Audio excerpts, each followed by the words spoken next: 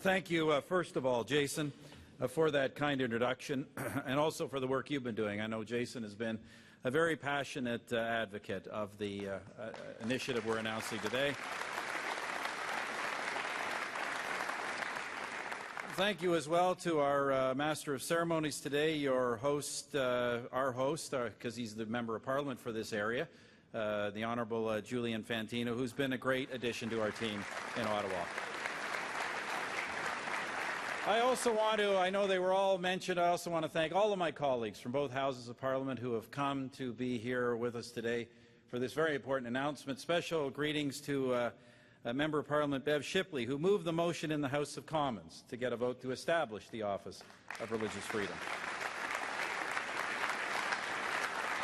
And thank you as well to our hosts here today, National General Secretary Dr. Aslam Daud, and National President Lal Khan Malik of the Ahmadiyya Muslim Jama'at Canada.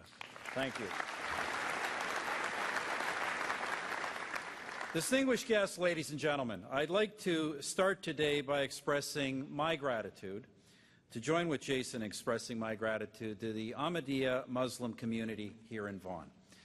I'm grateful for your generous hospitality, but even more, I'm grateful for the outstanding example that you set. Cette communauté, la communauté musulmane Ahmadiyya, connaît la cruauté terrible de la persécution fondée sur la religion. Malgré cela, vous continuez de croire en la tolérance et l'harmonie. En ce sens, votre contribution aux valeurs canadiennes est inspirante.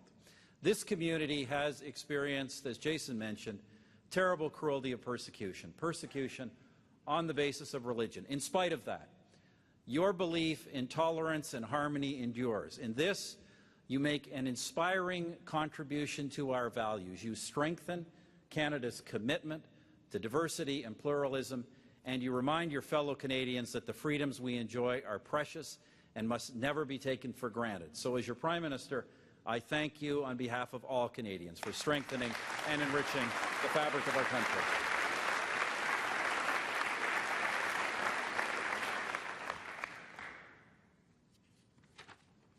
Chers amis, dans plusieurs régions du monde, les violations de la liberté religieuse sont répandues et de plus en plus courantes.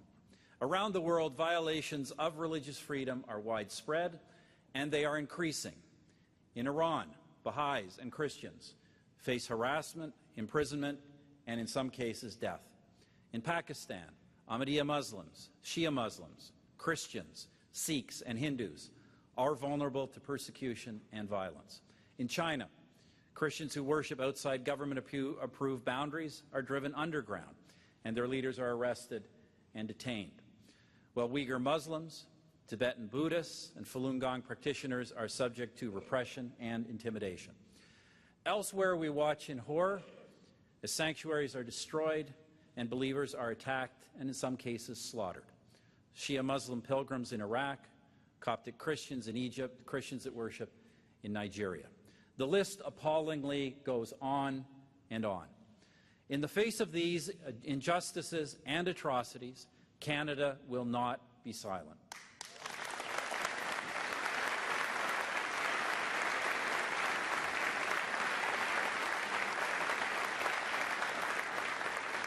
Indeed, Canada has not been silent. Sous notre gouvernement, le Canada s'est prononcé de façon constante et catégorique, sans crainte et sans attendre de faveur, pour la défense des droits de la personne partout dans le monde, et particulièrement pour la défense de la liberté religieuse.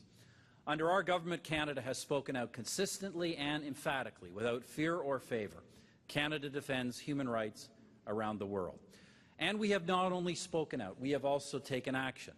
Nous avons rallié le soutien de plusieurs leaders mondiaux envers la cause de la liberté religieuse, notamment au G8, au Commonwealth, et à la francophonie. And we have rallied support for religious freedom, for example, among the leaders of the G8, of the Commonwealth, and at the Francophonie. And we are also providing safe haven in Canada for some 20,000 Iraqi refugees, many of whom are Chaldean Catholics driven